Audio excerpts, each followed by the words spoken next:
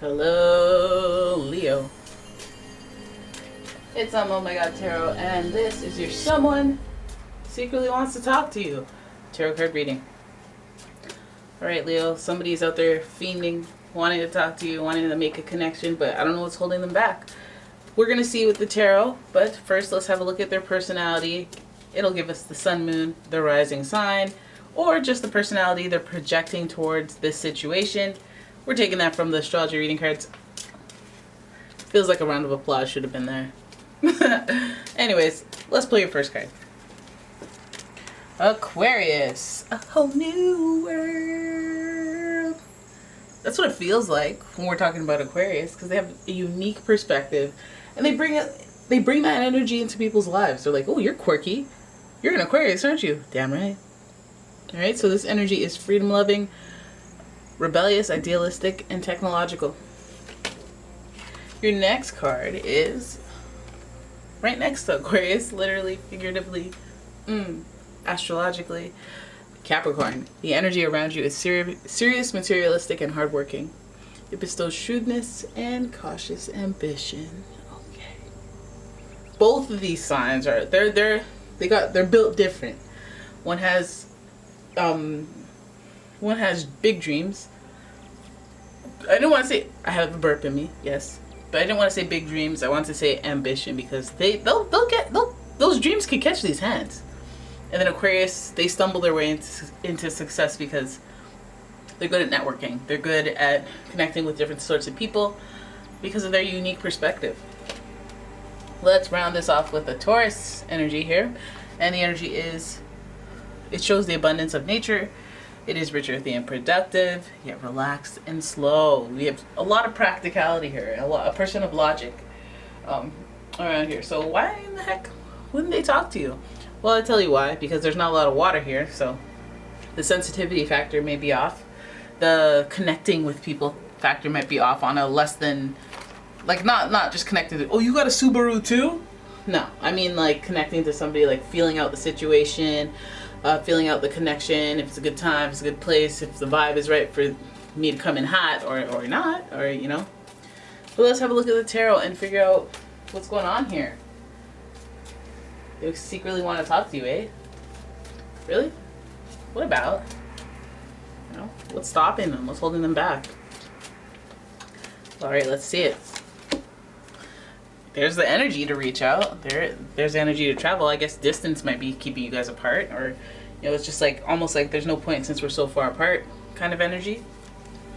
And then, oh my goodness, there's that hostility. There's that conflict energy. There's that who has the upper hand energy. Maybe that's you. Maybe that's you. But one person has a little more animosity towards the other person, and you know, making an effort might turn into something, a blowout. That might be the mindset. Then we have the Queen. Okay, she's looking away. Damn. This might be a king-queen relationship, a partner, marriage, some type of communion there, that you guys are kind of looking away from each other. Okay, well, let's keep going. Then we have the Eight of Swords in reverse, which spells a little bit of trouble, a little bit of tension there. And let's play your last card, and that is, oh, the Emperor in reverse. Damn, this seems like a, it seems a little, you know what? Let me pull a second. Let me pull a second back. This can hit you in so many ways. I mean, there's not a lot of emotion. There's no cups. So this could hit you in the work life, but this could also hit you in the family area as well. Just looking at these dynamics here, we see the king and the queen, and then we see the almost damsel in distress, but really what it is a self-limiting belief, or this person who feels stuck or trapped in a situation. And then we have the Emperor not doing his thing that he's supposed to be doing. The Emperor is supposed to be a leader, okay? He's supposed to be organized leader, responsible, all that stuff out the window. He's in reverse, and this is Aries energy, which is in reverse as well. So think of a shadow-sided Aries. They ain't starting nothing. They ain't doing nothing. They're lazy. Still bold, but it's more audacity. Okay, so when we look at this reading as a whole, I feel like especially because there's all these kings, I just kind of want to see what narrow the area that we're dealing with. Okay, so we're dealing with the 10th house. Your achievements and status in the outside world. Okay. So it seems like a lot of effort in the beginning, if that's what it looked like in the beginning with this person. Like, as if, why would it be a problem for them to talk to me? Well, I think that they have some sort of issue. And they might even have an issue with authority as well that might come into the play. Now, are you guys co-workers? Do you guys know each other? Is there some sort of reprimanding that they're trying to avoid by having a talk with you or talking with you about something serious? When you have to have serious conversations at work, it really does have to be calculated. And let's talk to the head of HR, like the Queen of Wands, or let's talk to, it has to be calculated. And we have a lot of earth energy, and that's usually their tactic when they do anything. They usually try to think out the scenarios. They try to take their time and evaluate, assess, minimize risk.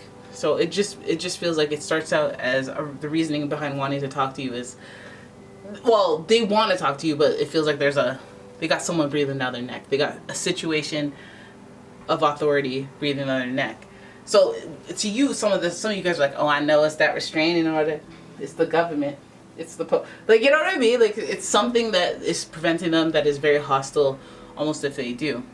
This person could be a partner, an ex-partner, king-queen relationship. It doesn't have to be male-female. It could be any of the sorts, but the dynamic of the king and queen, air and fire, it's falling into play. It also could mean that they're with somebody, a queen like a fire sign, Aries, Leo, Sagittarius, that doesn't want them to reach out, that doesn't want them to talk to you, or they'll face a verbal thrashing if they're found out.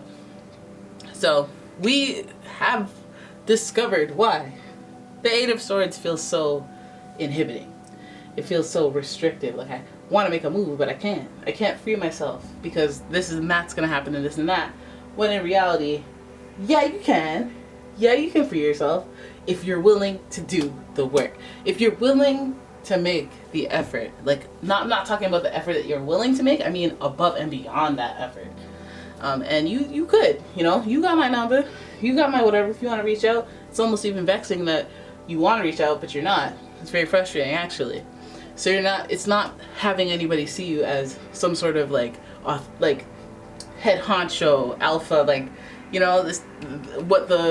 what we're expecting, what we're hoping for out of you. You're not doing the Aries thing where you put yourself first. You're kind of considering all options and like not wanting havoc, not wanting drama, not wanting, or just yielding to a power that shouldn't really be hovering over you like that.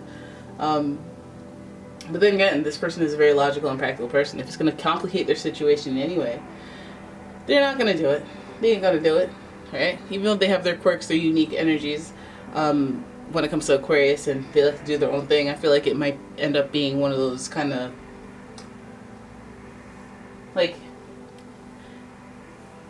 those situations where I'm trying to think of I'm thinking like a balloon and a needle popping it, but it's not that, but yeah, that, or overflowing pot of boiling water.